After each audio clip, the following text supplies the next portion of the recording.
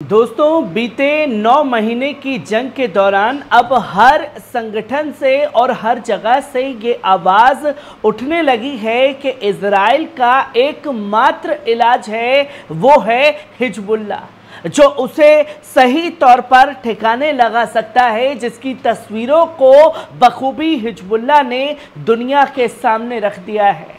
और जो बड़े बड़े देश, बड़े बड़े संगठन नहीं कर पाए, वो काम को अंजाम जो है वो हिजबुल्लाह ने करके दे दिया है। जहां इजराइल के ऊपर मिसाइलें गिर रही हैं और इजराइल की बस्तियां जो हैं वो खाली हो चुकी हैं, लाखों लोग सड़क पर आ चुके हैं और कभी भी किसी भी वक्त किसी भी शहर में सायरन जो है वो बजने लग जाते हैं। और ये बीते 9 महीने की जंग के दौरान हिजबुल्लाह ने कारनामे को अंजाम दे करके दिखा दिया है। वहीं अब हर कोई ये कहने लगा है एकमात्र इजराइल का इलाज है वो है हिजबुल्लाह। तो वहीं साफ तौर पर यह देखने को मिल रहा है कि कैसे बड़ी बड़ी बस्तियों के ऊपर बड़ी बड़ी मिसाइलें जो हैं वो दागने का काम किया जा रहा है हिजबुल्लाह द्वारा। जहां हिजबुल्लाह ने इजराइल की इलियाना बस्ती को निशाना बनाया और किस तरीके से आग बुझाने के लिए 20 से ज़्यादा अग्निवाहन गाड़ी जो है वो मौजूद रही। कई हेलीकॉप्टर्स को आग बुझाने के लिए लगाया गया है। पहले इस वीडियो पर नजर डालिए।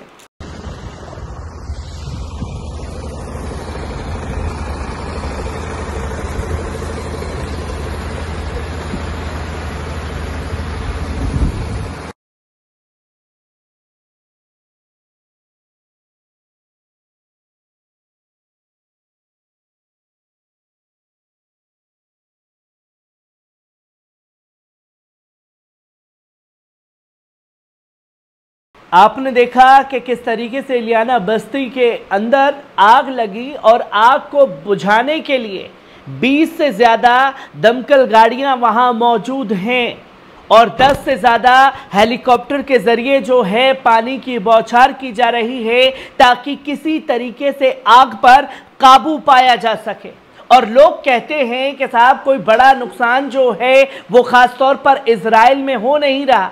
और जब इजराइल में नुकसान नहीं हो रहा है तो इतनी गाड़ियां जो हैं आग बुझाने के लिए कैसे पहुंच रही हैं।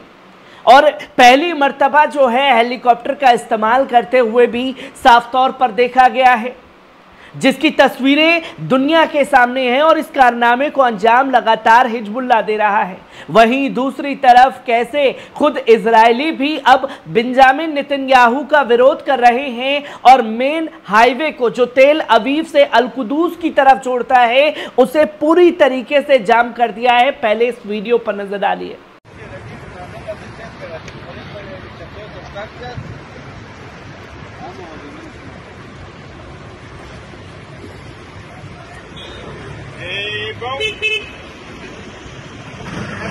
בואי משלת קדימה, ואז הם יכולים לחתוך לשם.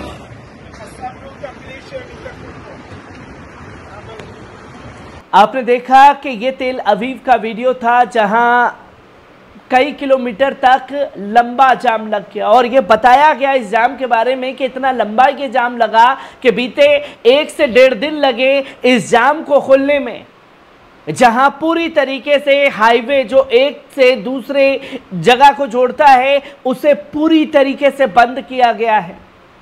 और लोग खुल करके विरोध कर रहे हैं, खुद इजरायली भी बेंजामिन नेतन्याहू का, कि भाई साहब आपने जो जो चीज़ें कही थी वो जंग के दौरान एक भी पूरी नहीं हुई हैं, जो कि आपके सामने साफ तौर पर है। वहीं आप स्क्रीन पर साफ तौर पर देख सकते हैं कि आपको कनाडा के प्रधानमंत्री जस्टिन ट्रूडो दिख रहे हैं।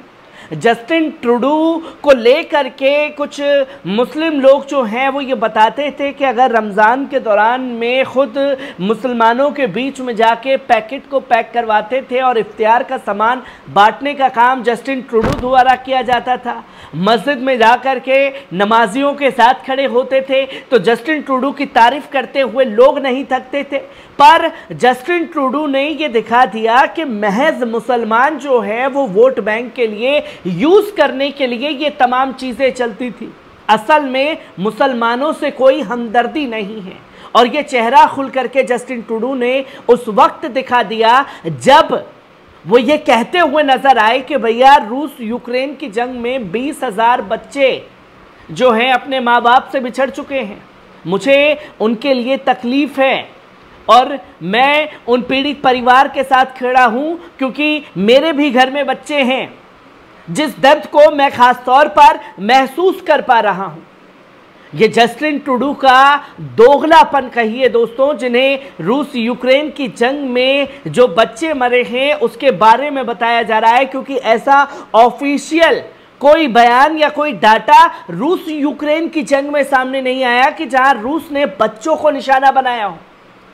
पर इजराइल के साथ कंधे से कंधा मिला करके खड़े होने वाले जस्टिन ट्रूडो को वो 16,000 बच्चे नजर नहीं आए जो इजराइल के आतंकवाद का शिकार हुए हैं, जहां 16,000 से ज्यादा बच्चों को शहीद करने का काम जो है वो खास तौर पर किया गया है। उन पीड़ित परिवारों के लिए कोई दर्द नहीं है, बल्कि वहां ये इजराइल का समर्थन कर रहे हैं और यहां यूक्रेन के साथ खड़े हैं। तो एक विलाप किया जा रहा है कि भाई साहब आपके साथ बहुत गलत हुआ है, हम उन पीड़ित परिवार के साथ खड़े हैं।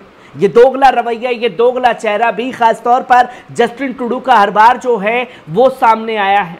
वहीं आप साफ तौर पर देख सकते हैं कि अब तक जंग के बीच में खास तौर पर गाजा में 37,347 लोग शहीद हो चुके हैं। 85,372 लोग जो हैं वो लापता हैं, उनका कोई अता पता जो है नहीं चल पा रहा है, जो कि ऑफिशियल डाटा दिया गया है।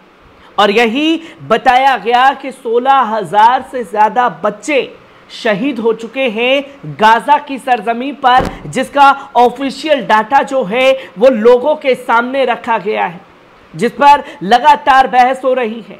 वहीं आप साफ तौर पर देख सकते हैं कि उरी दो तंजाफोन संगठन है लेबनान की, उसने उत्तर में मौजूद वृद्धि की निंदा करते हुए पिछले सप्ताह एक बयान में कहा कि लेबनान में अधिक हत्याएं, मिसाइलों की अधिक गोलीबारी, उत्तरी बस्तियों में अधिक अलान और क्षितिज पर कोई वास्तविक परिवर्तन दिखाई नहीं दे रहा है।